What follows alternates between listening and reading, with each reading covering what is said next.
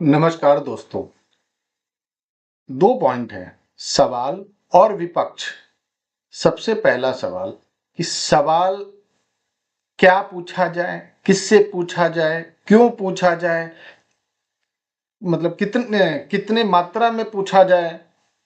आज के टाइम में सवाल सरकार से पूछना देशद्रोह, सनातन विरोधी के कैटेगरी में डाल दिया गया।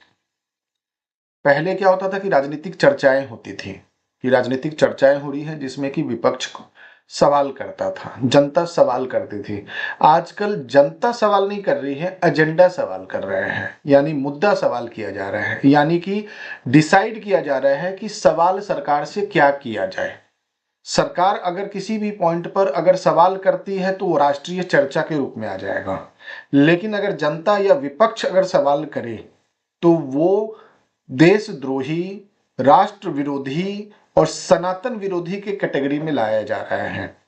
अब अगर पहले तो हम ये समझने की कोशिश करते हैं कि ये विपक्ष कौन कौन है, तो आमतौर पे लोग ये समझते हैं विपक्ष की कैटेगरी में जो राजनीतिक दल जिनकी संख्या बल कम होती है वह विपक्ष की कैटेगरी में है, जबकि विपक्ष की कैटेगरी में राजनीतिक दल के अलावा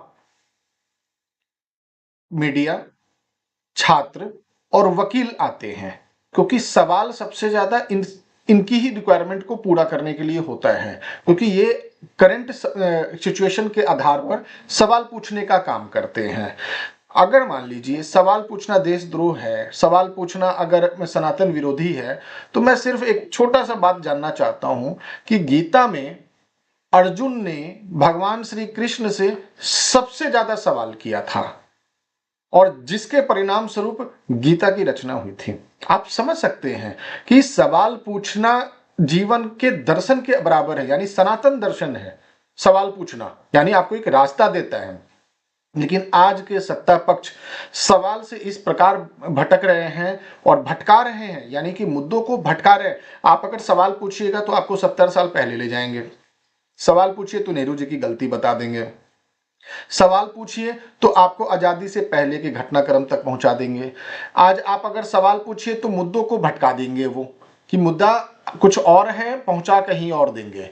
आज के टाइम में आप देख भी रहे होंगे कि जिस प्रकार से बंगाल का इलेक्शन आ रहा है और वंदे मातरम के ऊपर में संसद में चर्चाएं चल रही है, क्या कारण है कि बंगाल की परेशानियों पर ध्यान न देके विपक्ष के जो सवाल है उसका जवाब न दे करके वंदे मातरम पर चर्चा की जा रही है और एक नैरेटिव बनाया जा रहा है, देशद्रोह और देश प्रेम के बीच में फर्क बताया जा रहा है।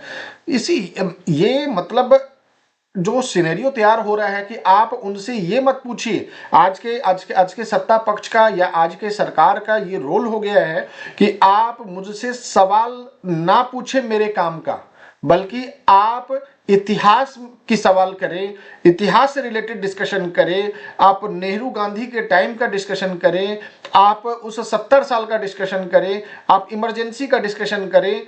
तो ये एक गलत ट्रैक पे जा रहा है। देश की जनता को भी ये समझना चाहिए। अगर मैं आपको बताऊं इस तरह की हरकतें जहां जहां हुई है या हो रही है, वो देश पतन की तरफ जा रहा है।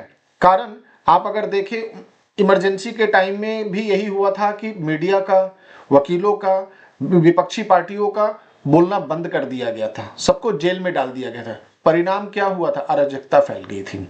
सेम इसी प्रकार से 1980 से 2000 के बीच में पाकिस्तान में सरकार से सवाल पूछने पर पाबंदी लगा दी गई थी, जिसका परिणाम ये हुआ कि आज सेना का शासन चल रहा है पाकिस्तान के अंदर में और उसकी दुर्दशा किस तरह प्रकार से है ये किसी से छुपी हुई नहीं है।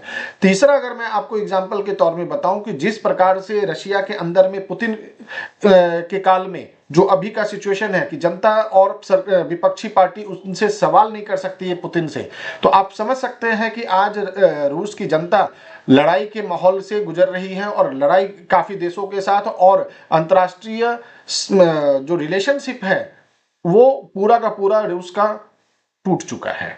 तो आज के टाइम में जो हमारे भारत की जो सरकार है वो भी कुछ हद तक इस प्रकार के ट्रेंड पे चल रही है कि सवाल मत पूछिए, सवाल पूछना देशद्रोह की कैटेगरी में और सनातन विरोधी की कैटेगरी में आएगा।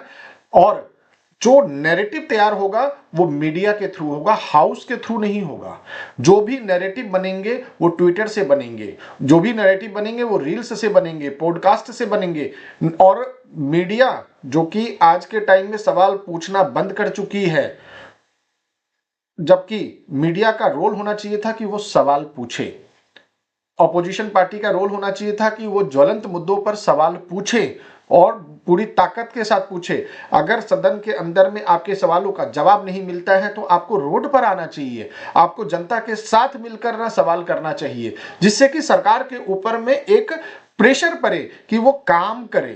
क्योंकि अपोजिशन भी, सवाल भी अपने आप में एक देश सेवा के बराबर का पार्ट है। अगर आप सवाल नहीं करेंगे तो बेलगाम होकर कोई भी व्यक्ति अगर बिना ड्राइवर का गाड़ी अगर चलेगा तो एक्सीडेंट होने की संभावनाएं बढ़ती हैं। तो सवाल एक ड्राइवर का काम करता है, सवाल हमारे लिए दर्शन का काम करता है। इसलिए सवाल करना बहुत जरूरी है और सत्ता पक्ष को भी इस बात का ध्यान रखना चाहिए कि विपक्ष के सवालों को लेते हुए, विपक्ष के सवालों को ध्यान में रखते हुए अपनी कार्यशैली में बदलाव करे, क्योंकि सवाल भी जनता की भलाई के लिए और देश की सेवा का ही एक पार्ट है।